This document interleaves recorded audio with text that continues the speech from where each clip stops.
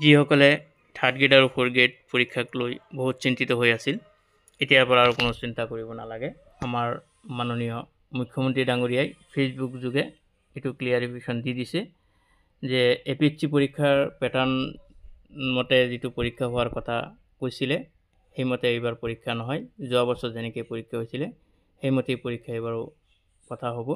গতিকে এতিয়া আৰু কোনো টেনশ্যন ল'ব নালাগে। গতিকে আগৰ দৰে পৰীক্ষা হ'ব। গতিকে সেইমতে পঢ়িলেই হ'ল।